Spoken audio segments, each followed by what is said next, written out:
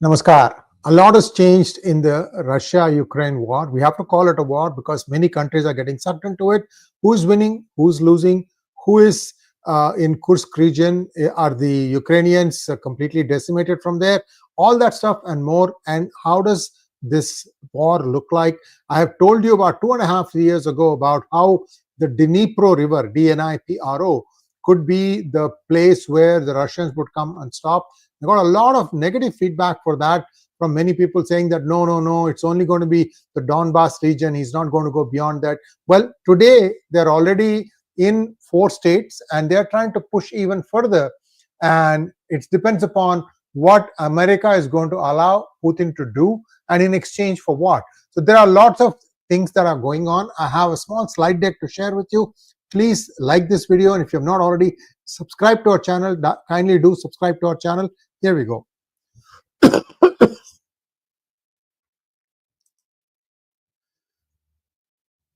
So, what is the status of the Ukraine war? Who is winning? Who is losing? Well, Russia has now got an upper hand. There is no doubt about that. But what have they done? They have released footage of thousands of non-Ukrainian NATO soldiers dead in the Kursk region.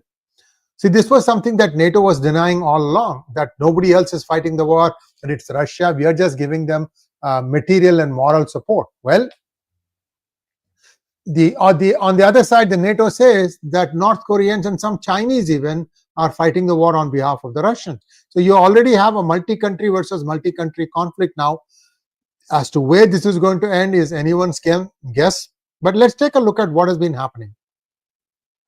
Ukraine did a surprise entry into Russia's Kursk region, and they wanted to grab the nuclear power station there because they were hoping that when ceasefire comes, they could negotiate the 𝗤𝙑𝗫𝗄 power plant for the Kursk power plant. Unfortunately, they did get close to Kursk, but they could not actually go and get control of the nuclear power plant. And not only that, they got ringed off, and now we are hearing that Russia is completely encircled them, and the people who are remaining, that's what is a problem now. I'll give you an update on that also. Now, countries like Poland, United Kingdom, the Baltic and Georgia are not acknowledging or reclaiming bodies. How can they? That would mean that NATO has already got itself into the war, which would also drag United States on their side against Russia. And US has steadfastly, even under Biden, said that they are not part of this war.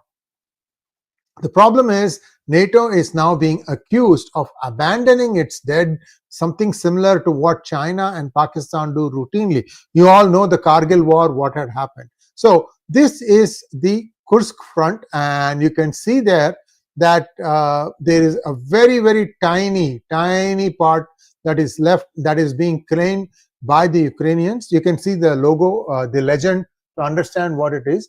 And the rest of it, they have more or less recovered back. Now,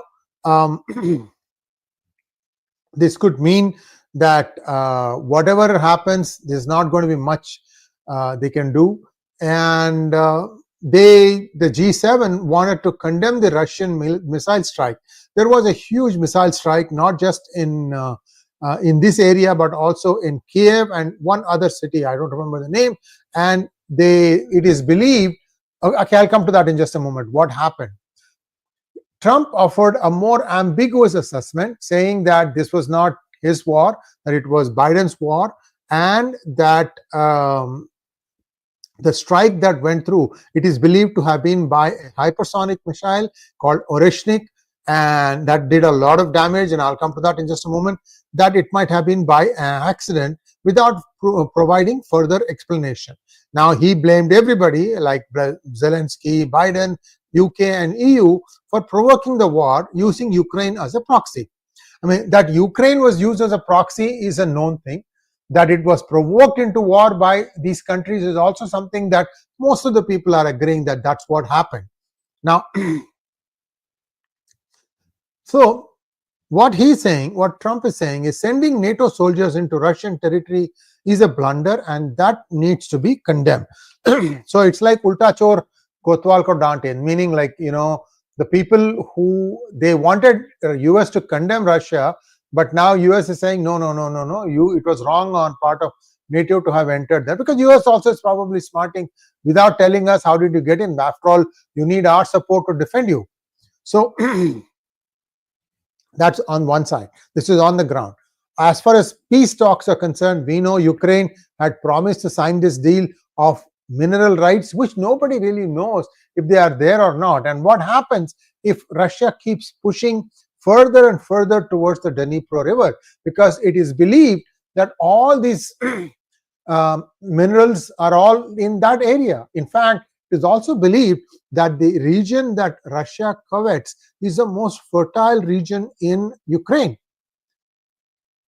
So you see why Russia is doing this. Russia not only wants the Ukrainian population, because these are to the east of Dnipro, it is believed that majority speak Russian.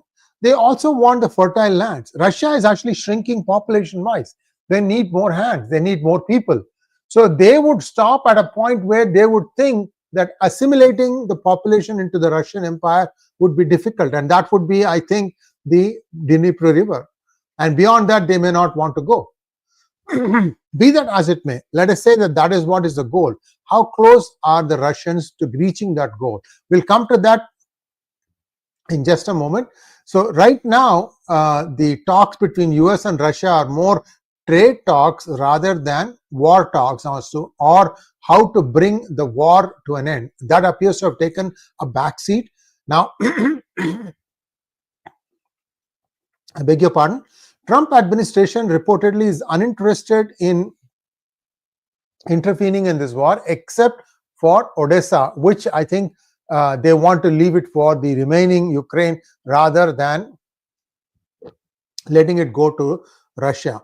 On the other hand, Ukraine is still striking energy infrastructure inside Russia, but I also told you that once Ukraine strikes Russia, I'm sorry, I'm having hiccups.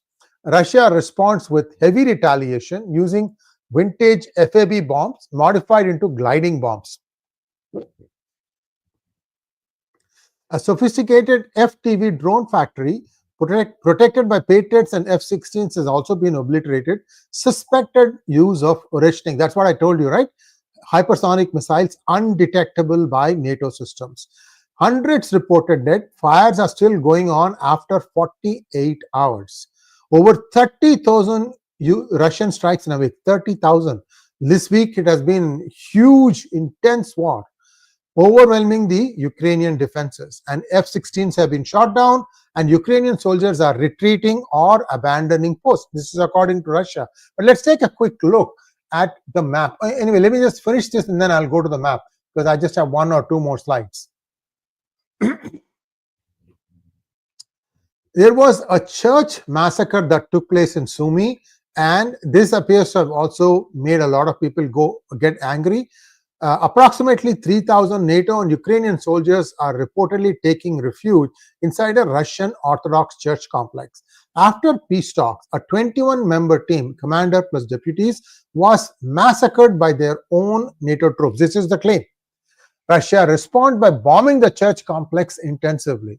So how would that happen? Why would NATO, which has 3,000 troops, the command structure of 21 people, why would they want to kill their own?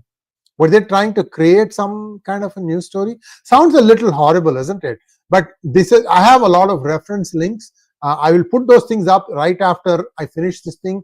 Do go through that and make up your own mind. This is looking very, very sad. 3,000 people being sacrificed is not something that is normally done.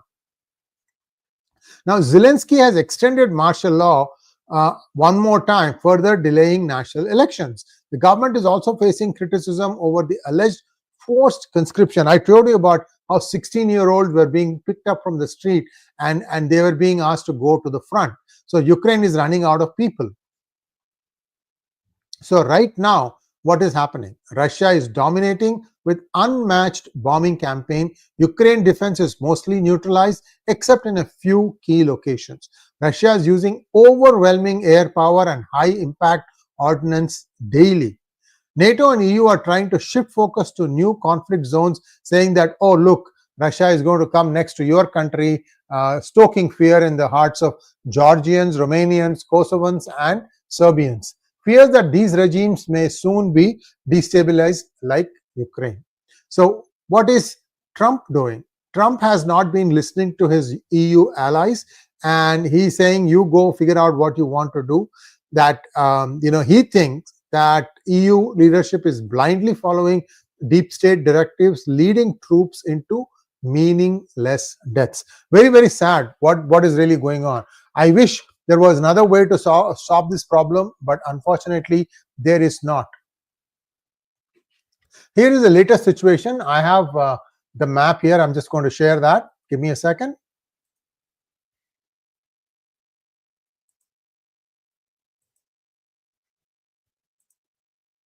As you can see, I hope you can see it. Let me just fix this thing. I haven't opened it yet. All right.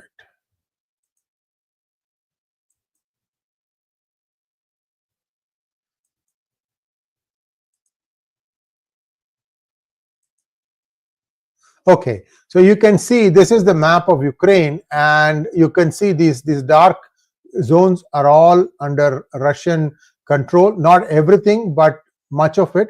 And I'm going to just zoom in a little bit, and you can see the Dnipro river. I'm sorry. Oh, I zoomed too much. Yeah.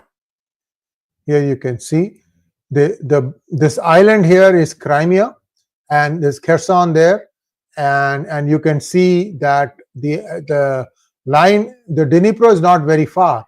It's almost there. The Zaporizhzhia is right here. This part is all that is left. All this here. This is all that is left. And if they get that, they think, that is the Russians think, that once they are past the hills here, that this is all plain lands, and they would be able to just march using tanks and essentially occupy all of it. Well, this is what Russia is thinking they can do. We don't know. Certainly, Russia is not stopping, and the only country that was capable of stopping them is United States, and the United States is right now not in a mood to help Ukraine out or the NATO forces, and the NATO is very, very limited. What can they do, right? UK has only 70,000 troops, and they said that they'll put 30,000, but nothing. I mean, they're saying something and not doing it. What does it mean? Because they think that they'll be sending them to a slaughterhouse. Maybe the UK army has made an assessment and saying, now this is not a war that can be winnable. Cut your losses and see how best you can get out. But there are these deep state entities who have allegedly, given a lot of money to all the areas that are now under Russian occupation, and therefore, if they agree to the ceasefire, then all that investment is zero, gone, zoop, up in the air, vanished. So this appears to be the problem, and this probably means that a lot of banks in Europe have all these things as loans on their books, and those will get exposed, which means a lot of failing banks, means crisis widens in Europe, and the euro as a currency will become much, much weaker. A lot of pain up front, down the road. Is that what's going to happen? We'll wait and see, because that's what I think the United States has figured out, and that's why United States is doing a lot of things where it is not allowing EU access to its money. For example, cutting off USA, cutting off the NED, and all sorts of stuff that used to come freely like water into the Europe. That's all stopped now. So that is a huge problem for them. The money is drying up. Their euro is not capable of holding all this. Where do they go? And that's where things stand now. So that's all I have. Let me take a few questions from you all, if there is anything. Okay, here we go. Sanjeev Singh, I would say that you will be factually incorrect to state that America might have to get involved now that NATO troops have been found outside the EU. The one for and all for one needs to be defended. America has made that abundantly clear, and so do the do's and don'ts of NATO. Well, if 6 countries say that you need to invoke Article 5, what is the US going to do? Okay, OMG wants to know, let's consider what if scenario. Say Ukraine did not put up a fight and allowed, then really put the Russians on the table and ask them to vacate all Ukraine like Gandhi did. Could outcome have been different? Well, the whole thing could have been stopped at the Donbas region. Remember that Ukraine is guilty of not implementing Minsk I and Minsk II accords. They agreed, they signed on it. In fact, Zelensky got elected promising to implement the Minsk accords. We seem to forget that part. The people in the Donbas region, Donetsk and Lugansk, they don't want to be associated with Ukraine. They have said this thing many number of times. The third one was Crimea, which of course has already seceded.